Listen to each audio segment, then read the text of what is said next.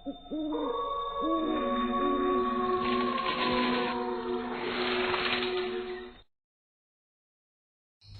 के करीब 9:30 बजे थे।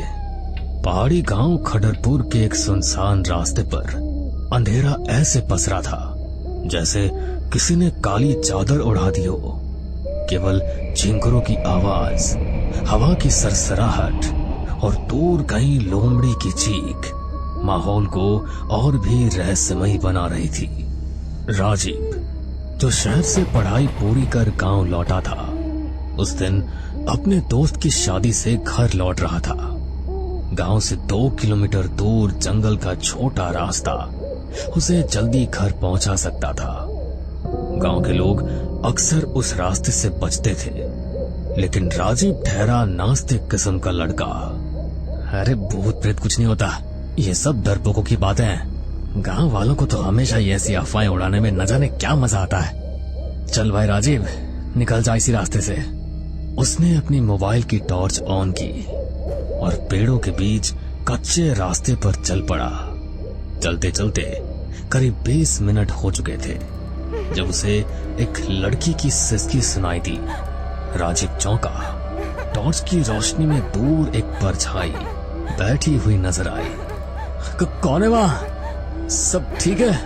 राजीव के पूछने पर भी सामने से कोई जवाब नहीं आया तो राजीव धीरे धीरे उसके पास बढ़ा।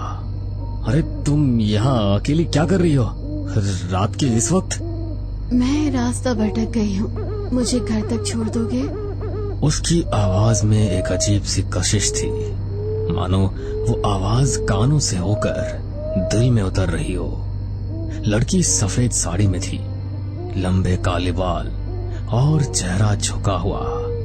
अजीब बात ये थी कि उसकी परछाई जमीन पर नहीं पड़ रही थी, लेकिन राजीव का ध्यान उस तरफ नहीं पड़ा। अब तुम्हारा घर किधर है? उधर, उसी तरफ जहाँ तुम जा रहे हो। राजीव ने संकोच के साथ हाँ कर दी। वो दोनों साथ साथ चलने लगे, मगर कुछ मिनट बाद राजीव को एहसास हुआ कि उसकी सांसें तेज हो रही है, हवा भारी लगने लगी थी। तुम्हारा नाम क्या है? जिस नाम से बुलाओगे वही हूँ मैं। बड़ा फिल्मी जवाब है। राजीव को अब उसकी चाल में कुछ अजीब सा लगा। लड़की की चाल पीछे चल रही थी, पर हर बार जब वो मुड़कर देखता वो ठीक बगल में होती, ऐसा जैसे वो हवा में सरक रही हो। जैसे ही वो कच्चे पुलिया के पास पहुंचे, लड़की ठिठक गई। उसने अपने लंबे बालों से चेहरा ढक रखा था। राजीव, तुमने कभी किसी की मौत को देखा है बहुत करीब से? तुम्हें मेरा नाम कैसे पता? तुम मुझे नहीं पहचानते, लेकिन मैं तुम्हें बहुत समय से देख रही हूँ, बचपन से। क्या बकवास कर रही हो? तुम हो कौन? अचानक हवा तेज चलने लगी, पेड़ जोर जोर से हिलने लगे। लड़की ने धीरे से सिर उठाया। चेहरा अब भी साफ नहीं दिखा, पर उसकी आंखें बिल्कुल लाल। और फिर उसने अपनी गर्दन को धीरे धीरे घुमाना शुरू किया, पहले दाईं ओर, फिर और घुमाते घुमाते पूरी 180 डिग्री। ये क्या हो रहा है? पीछे मत देखना, कभी भी मत देखना। राजीव वहां से भागने लगा। उसका मोबाइल गिर गया। रास्ता कच्चा और संकरा था, पर वो बस दौड़ता चला गया। पर पीछे से वही आवाज आती रही, राजीव पीछे मत देखना, वरना मैं तुम्हें ले जाऊंगी। राजीव के पसीने छूट रहे थे, उसकी सांसें फूलने लगी। तभी उसे लगा कोई उसके ठीक पीछे पीछे चल रहा है, बहुत करीब, बहुत हल्का, पर मौजूद। वो रुक गया। उसकी हिम्मत ने जवाब दे दिया, हाँ, कोई नहीं है, कुछ नहीं है, सब भ्रम है। और जैसे ही उसने मुड़कर पीछे देखा, राजीव की आंखें जैसे जम गई थी। वो जो कुछ देख रहा था वो इंसान ही नहीं था। लड़की की गर्दन पूरी उल्टी घूम चुकी थी, पर उसका शरीर सीधा खड़ा था। चेहरा अब पूरी तरह दिखा, पीला, सूजा हुआ, बिना पलक झपकाए आंखें जिनमें बस लाल रोशनी झलक रही थी, होंठ कटे हुए और मुस्कुराहट नहीं, वो मुस्कुराहट नहीं, वो मौत की दस्तक थी। अब तूने देख लिया, अब तू बच नहीं पाएगा। हे भगवान! राजीव ने एक चीख मारी और दौड़ पड़ा। उसके पैरों में जैसे बिजली दौड़ गई। वो जंगल से निकलकर गांव की ओर भागा। उसकी सांसें हांफ रही थी, छाती फटने को थी। कुकुरमुत्ते की तरह उगे पेड़ों के बीच वो गिरता, उठता, भागता रहा। पांव में कांटे चुभे, हाथों पर खरोंचे आई, लेकिन अब उसे अपनी जान की परवाह थी। उसके पीछे कोई चल नहीं रहा था, कुछ उड़ रहा था।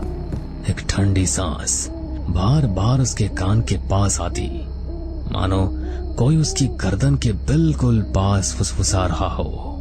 राजीव, रुक क्यों गया? हम तो साथ चल रहे थे। काश ये मेरा कोई बुरा सपना हो, भगवान, ये सपना हो। आखिरकार वो अपने घर के दरवाजे पर पहुंचा। लकड़ी का दरवाजा जोर से ढकेला और अंदर घुसते ही सांकल चढ़ा दी। उसकी माँ कमरे से बाहर निकली, पर उसकी हालत देख दंग रह गई। हे राम, ये क्या हाल बना रखा है तूने अपना? क्या हुआ? माँ, कोई मेरे पीछे था, कोई औरत, उसकी आंखें, उसका चेहरा बहुत भयानक थी। वो तू जंगल के रास्ते गया था क्या? राजीव ने डरते हुए हाँ में सर हिलाया। बोला था ना उधर मत जाना, वहाँ कुछ है। पिछले पैरी वो किसी को नहीं छोड़ती, इसलिए हम लोग बरसों से वहाँ नहीं जाते। और तू हमारे मना करने के बाद भी वहाँ गया। भगवान का शुक्र है कि तुझे कुछ हुआ नहीं। अपनी माँ की बातें सुनकर राजीव और डर चुका था। राजीव ने खुद को अपने कमरे में बंद कर लिया। माँ ने उसे गर्म पानी दिया, हाथ पर ताबीज बांधा। थोड़ी देर में उसकी सांसें सामान्य हुई। घड़ी में रात के 1:45 बज रहे थे। बाहर हल्की बारिश शुरू हो चुकी थी। राजीव ने बिस्तर पर लेटते हुए खुद को समझाया, सब भ्रम था, तुझे नींद आ रही थी, तूने ओवर इमेजिन किया। अब सब ठीक है, तू घर पर है, सुरक्षित है। उसने आंखें बंद कर ली, पर जैसे ही उसने आंखें बंद की, उसे अपने पैरों के पास किसी के बालों का स्पर्श महसूस हुआ। ठंडा, गीला और भारी स्पर्श जो धीरे धीरे रेंगता हुआ उसकी छाती तक पहुंचा। राजीव की आंखें खुली। कमरे में कोई नहीं था, पर अचानक पंखा बंद हो गया। बल्ब की रोशनी झपकने लगी। दीवार पर नाखून चलने की आवाज आई। वो उठकर बैठा और दीवार की तरफ देखा। सफेद रंग की दीवार पर उल्टे पैर के निशान थे, ताजा और खून के जैसे लाल। नहीं, ये मुमकिन नहीं हो सकता। तभी उसके मोबाइल पर एक नया मैसेज आया। स्क्रीन पर सिर्फ एक लाइन। राजीव ने कांपती आवाज में वो मैसेज पढ़ा, मैं अब तुम्हारे घर पर हूं, पीछे मत देखना। राजीव ने कांपते हाथों से मोबाइल गिरा दिया। वो पलटा और तभी दरवाजा खुद ब खुद बंद हो गया। खिड़की से हवा नहीं आ रही थी, सब कुछ बंद था, पर फिर भी किसी की सांसें कमरे में थी। एक अजीब सी महक, जैसे कोई पुराना चिता सा जला हो या गीले बालों में फफूंद लग गई हो। और फिर अलमारी के पीछे से आवाज आई, राजीव, तूने देखा ना, अब मैं तुझे छोड़ूंगी नहीं। कौन है तू? वो वही धीमी झकझोरने वाली आवाज में बोली, मैं वो हूँ जिसे लोग पीछे मुड़कर मत देखना कहते हैं। राजीव का ध्यान अब कमरे के एक पुराने दर्पण की ओर गया। जो दादी के जमाने से था, उस आईने में अचानक धुंध सी छा गई और फिर उसमें एक आकृति उभरी। वही लड़की, पर इस बार उसका चेहरा पूरा खुला था। आधी खोपड़ी दिख रही थी, आंखें बाहर निकली हुई, होंठ नहीं थे और उसके बाल पूरे कमरे में बिखरे हुए लग रहे थे। आईने में वो धीरे धीरे कह रही थी, मैं हूँ पिछल पेरी, अब तेरा पीछा कभी नहीं छूटेगा। राजीव चीख पड़ा। बाहर बारिश तेज हो चुकी थी। गांव के कुत्ते एक साथ रोने लगे थे। राजीव का कमरा अब केवल एक कमरा नहीं था, वो बन चुका था एक रास्ता दो दुनियाओं के बीच, और उस रास्ते से अब कोई लौट कर नहीं आता। उस रात के बाद राजीव कभी ठीक से नहीं सो पाया। हर रात उसे लगता कि कोई उसके कान में सांस ले रहा है। आईने में खुद को देखने की उसकी हिम्मत जवाब दे गई थी। खिड़कियां खुली होती, अलमारियां अपने आप हिलती, दीवारों पर उल्टे पैरों के निशान बनते और गायब हो जाते। वो अपनी माँ से कुछ कह नहीं पाया। मैं अब सो नहीं सकता। पिछल पेरी मेरे घर में है, कभी बाथरूम में दिखती है, कभी छत पर।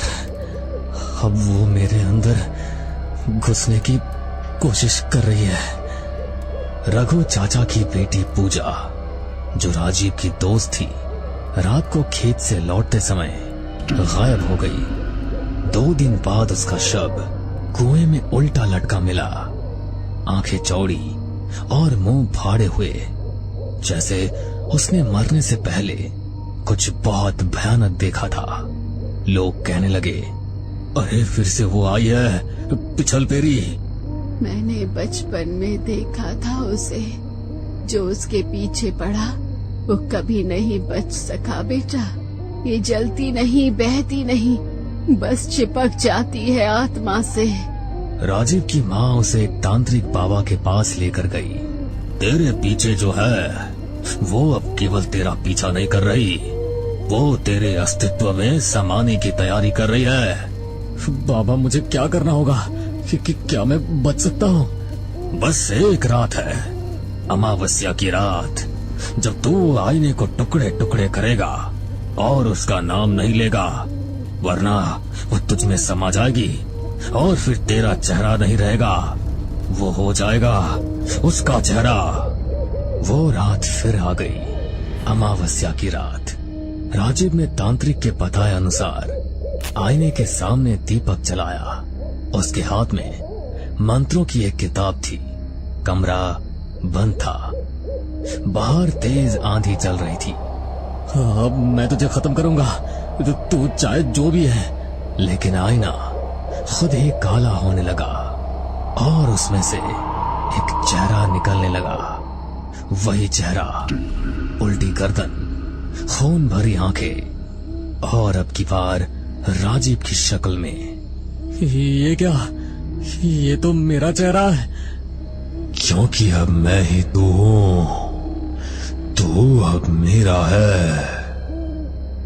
आईना फूट गया, लेकिन शीशे के टुकड़े हवा में ही तैरते रहे और हर टुकड़े में राजीव की आंखें थी, जो अब इंसानी नहीं लग रही थी। अगले दिन राजीव का कमरा खाली मिला। दरवाजा अंदर से बंद था, लेकिन अंदर कोई नहीं था। सिर्फ एक पुराना आईना पड़ा था, टूटा नहीं, बिल्कुल नया लग रहा था। और उसमें दिख रहा था राजीव खड़ा, मुस्कुराता और आंखें लाल। लेकिन जैसे ही कोई पास जाता, आईने में खुद को नहीं, उसका उल्टा चेहरा दिखता, पीला, मरा हुआ। गांव वालों ने वो कमरा बंद करवा दिया, लेकिन रात को अब भी कुछ लोगों को उस कमरे से फुसफुसाहट सुनाई देती है। अब मैं तुम्हारे पीछे हूँ।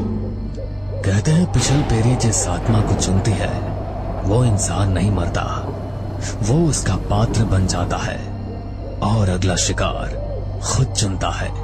अगर कभी कोई लड़की रात में अकेले तुम्हें जंगल से बाहर बुलाए तो उसके पैर मत देखना और कभी भी पीछे मुड़कर मत देखना, क्योंकि पीछे अब वो है।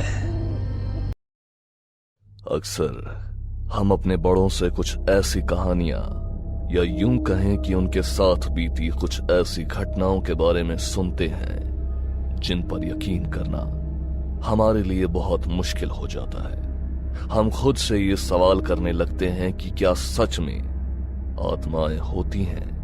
क्या कुछ लोग सच में कुछ ऐसा महसूस करते हैं या उन्हें कुछ ऐसी चीजें दिखाई देती हैं जो उन्हीं के साथ खड़ा एक दूसरा इंसान ना तो देख पाता है और ना ही महसूस कर पाता है। इस दुनिया में आत्माओं से जुड़ी ऐसी कितनी घटनाएं हैं जिन्हें लोग चाह कर भी झुटला नहीं सकते।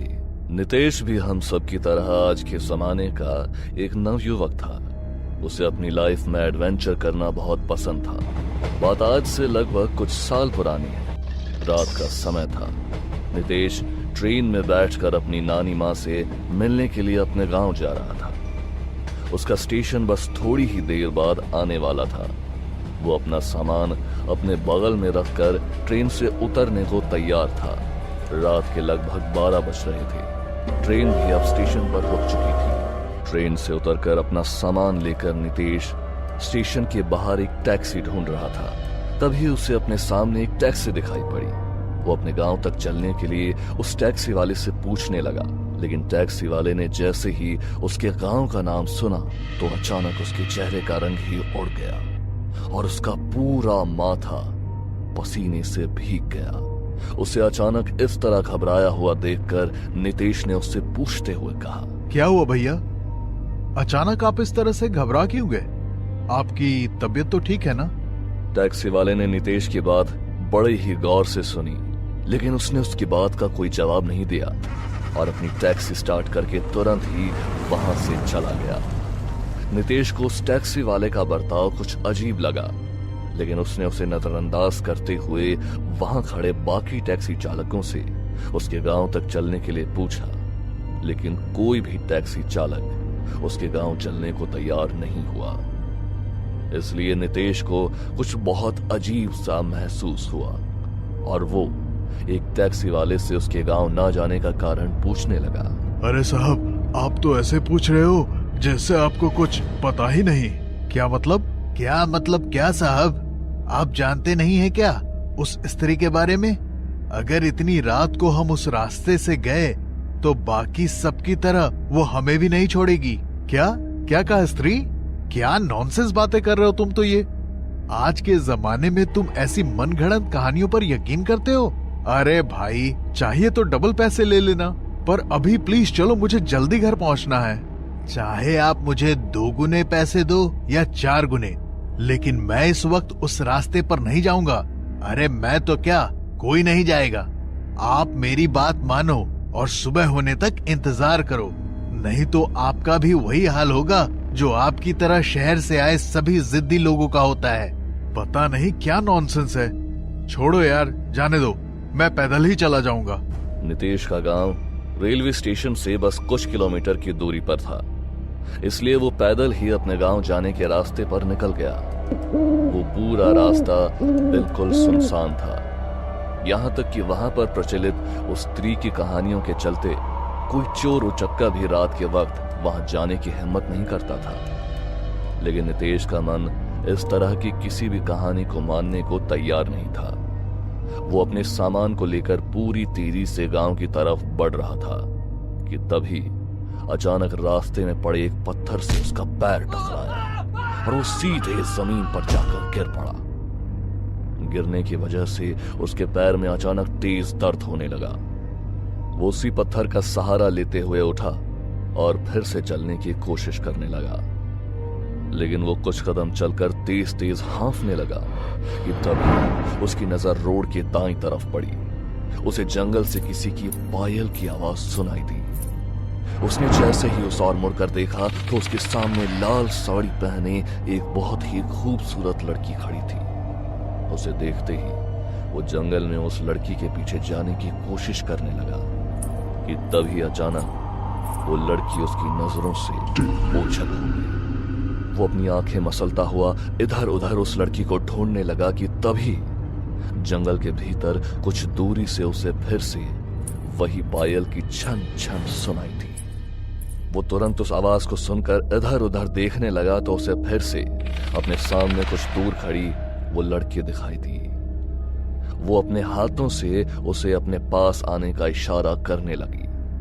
नितेश उसकी खूबसूरती को देखकर मानो उस पर मोहित हो गया और बिना कुछ सोचे समझे वो उसकी ओर बढ़ने लगा। वो जैसे ही उसके पास पहुंचा तो वो लड़की भागती हुई सामने एक बहुत ही सुंदर किले में चली गई। अब नितेश को उसके बारे में जानने की जिज्ञासा और ज्यादा बढ़ने लगी। वो उसके पीछे पीछे उस किले के अंदर चला गया कि तभी उसे अपने पास कुछ ठंडी हवाएं महसूस होने लगी। उसने जैसे ही सामने की ओर देखा तो वो नजारा देखकर वो जैसे मंत्र मुग्ध हो गया। उसके सामने एक बहुत ही सुंदर झरना था जो बहकर एक छोटे से कुंड में मिल रहा था, जिसमें बैठी वो लड़की रात की चांदनी में कोई अप्सरा लग रही थी। नितेश तेज कदमों से चलता हुआ उसकी ओर बढ़ने लगा कि तभी वो लड़की उस कुंड से बाहर निकलकर अपने गीले खुले बालों को सहलाती हुई उसकी तरफ आने लगी। तभी अचानक नितेश ने उससे मुंह मोड़ा और वो अपने बैग से कुछ निकालने लगा, लेकिन वो जैसे ही पीछे की तरफ मुड़ा तो उस लड़की का खूबसूरत चेहरा एक भयानक चेहरे में बदल गया और उसके सुंदर कोमल हाथ अचानक ही बदलकर किसी चुड़ैल की तरह दिखने लगे। वो अपने कंधे लंबे नाखूनों को नितेश की ओर बढ़ाने लगी। इससे पहले कि नितेश मुड़कर उसको देख पाता कि तभी वो अपनी आंखें बंद करते हुए उसकी ओर मुड़ा। उसके हाथ में एक बड़ा सफेद कपड़ा था। वो आंखें बंद करके उससे कहने लगा, आप ये ओढ़ लीजिए, यहाँ बहुत ठंड है, आपको सर्दी लग जाएगी। नितेश की ये बात सुनते ही उसका भयानक रूप अचानक उसी सुंदर रूप में बदल गया और उसने नितेश के हाथ से उस कपड़े को लेकर उसे अपने शरीर पर लपेट लिया। आप अब अपनी आंखें खोल लीजिए। उसके इतना कहते ही नितेश ने अपनी आंखें खोली और वो बड़ी ही सरल मुस्कान के साथ उस लड़की को देखने लगा। आप बुरा न माने तो आपसे एक बात पूछ सकता हूँ? हाँ, पूछो। तुम्हें डर नहीं लगता इतनी रात को ऐसे जंगलों में घूमते हुए? जानती हो आज का जमाना कैसा है, फिर भी यहाँ अकेले इतनी रात को तुम क्या कर रही हो? नितेश की ये बात सुनकर वो उसकी ओर देखकर मुस्कुराने लगी। नहीं, मुझे किसी का डर नहीं। कुछ विचित्र हो तुम। अच्छा मुझे बताओ, तुम्हारा घर कहाँ है? मैं तुम्हारे साथ चलता हूँ। इतनी रात को यूं यहाँ रहना खतरे से खाली नहीं। ठीक है, तुम मेरे आगे चलो। उसकी बात मानकर नितेश आगे की ओर बढ़ने लगा और वो उससे बातें करता हुआ उस किले से बाहर आ गया। लेकिन उसने थोड़ी ही देर बाद जैसे ही पीछे मुड़कर देखा तो वो लड़की और वो किला दोनों ही वहां पर नहीं थे। ये सब देखकर वो बुरी तरह घबरा गया और तुरंत ही वो अपने दर्द को भूलकर तेज कदमों से चलता हुआ अपने गांव पहुंचा। उसने घर पहुंचते ही अपनी नानी को अपने साथ हुए इस हादसे के बारे में बताया तो उसकी नानी भी सर से पांव तक डर से कांप उठी। तुझे मना किया था ना कि रात के समय यहाँ आने को, लेकिन तू कहाँ किसी की सुनता है। भगवान का शुक्र है कि मेरा बच्चा सही सलामत अपने घर आ गया। इतना कहकर नानी ने रोई से एक बाती बनाई और दिया जलाकर उससे नितेश की नजर उतारने लगी। उसकी नजर उतारकर नानी ने उस दिए को घर के बाहर रख दिया और घर के सभी खिड़की दरवाजों को अच्छे से बंद कर दिया। तभी नितेश अपनी नानी से बार बार उस लड़की के बारे में पूछने की जिद करने लगा। मत ले नाम उसका, स्त्री है वो, स्त्री। नहीं नानी, मैं नहीं मानता। अगर ऐसा कुछ होता तो वो मुझे जिंदा क्यों छोड़ती? तुम ही बताओ। ये सब मैं कुछ नहीं जानती।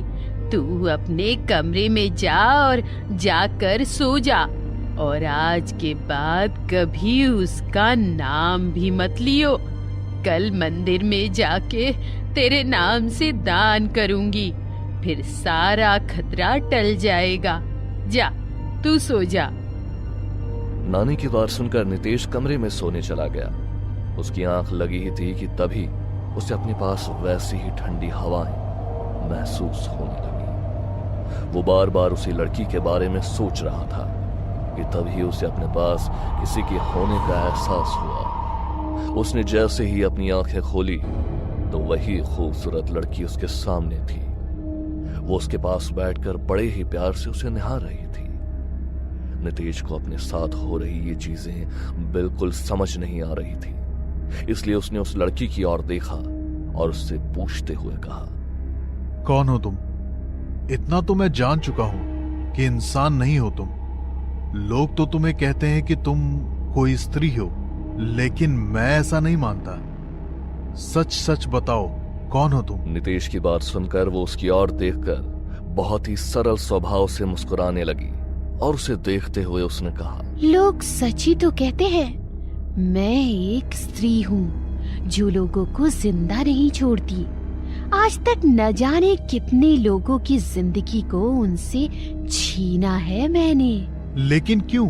और अगर ये सच है तो तुमने मुझे जिंदा क्यों छोड़ दिया? क्योंकि तुम उनके जैसे नहीं हो। क्या मतलब है तुम्हारा? मैं कुछ समझा नहीं। नितेश के पूछने पर वो लड़की उसे अपनी कहानी बयां करने लगी। आज से लगभग 40 साल पहले मैं अपने पिता के साथ इसी गांव में रहती थी। मैं बहुत खूबसूरत थी, इसलिए हर कोई मुझे हमेशा बुरी नजर से देखता था। और एक रोज जब मैं अपने खेत से पिता के साथ गांव की तरफ जा रही थी, तभी अचानक से कुछ लड़कों ने हमारा रास्ता रोक दिया और मेरे साथ छेड़छाड़ करने लगे, जिसके बचाव में मेरे पिताजी बीच में आए, पर इससे वो सब बहुत गुस्सा हो गए। तभी उन लड़कों ने पहले मेरे पिताजी को जोर से धक्का दिया, जिससे वो दूर एक पत्थर पर जा गिरे और उन्होंने वहीं दम तोड़ दिया। नहीं पिताजी। उसके बाद उन्होंने मेरा पीछा करना शुरू कर दिया, पर जब उनसे बचने का कोई भी रास्ता मेरे सामने नहीं बचा तो मैंने उसी पहाड़ी से कूदकर अपनी जान दे दी। तभी से उस रास्ते से गुजरने वाले हर मुसाफिर को एक स्त्री नजर आने लगी, और जो भी उसे अकेली पाकर उसके साथ दुर्व्यवहार करने की कोशिश करता वो उसे मार देती। वो नहीं चाहती थी कि जो उसके साथ हुआ वो किसी और लड़की के साथ हो। स्त्री की कहानी सुनकर नितेश की आंखों में आंसू आ गए कि तभी एक झटके के साथ अचानक उसकी नींद टूट गई। उसने हड़बड़ाकर उधर उधर देखा तो उसके बगल में वो लड़की नहीं थी, लेकिन उसके बिस्तर पर उसकी निशानी एक पायल के रूप में थी। नितेश ने उस पायल को उठाया और उसे अपने बैग में रख लिया। अब वो उस लड़की और उसकी कहानी के बारे में सब कुछ जान चुका था। लोग उन हादसों को तो जानते थे जो मुसाफिरों के साथ घटते आ रहे थे, लेकिन वो उसके पीछे की दर्दनाक कहानी को आज तक नहीं जान पाए थे। उसे सिर्फ नितेश ने जाना, क्योंकि उसका मन सच्चा था और यही कारण था कि आज उसे किले में जाने के बाद भी वो सही सलामत अपने घर लौटकर आ पाया था। हमें पूरा यकीन है दोस्तों कि आप लोगों को ये कहानी जरूर पसंद आई होगी। अगर आपके साथ भी कुछ ऐसे अनकहे किस्से हो चुके हैं तो प्लीज हमारे साथ शेयर करें, हम जरूर अपने चैनल पर उनको दिखाएंगे। हमारी ईमेल आईडी नीचे डिस्क्रिप्शन बॉक्स में दी गई है, तो प्लीज हमारे वीडियो और चैनल को शेयर एंड सब्सक्राइब करें और बने रहे हमारे साथ ऐसे ही अनकहे किस्से और कहानियां सुनने।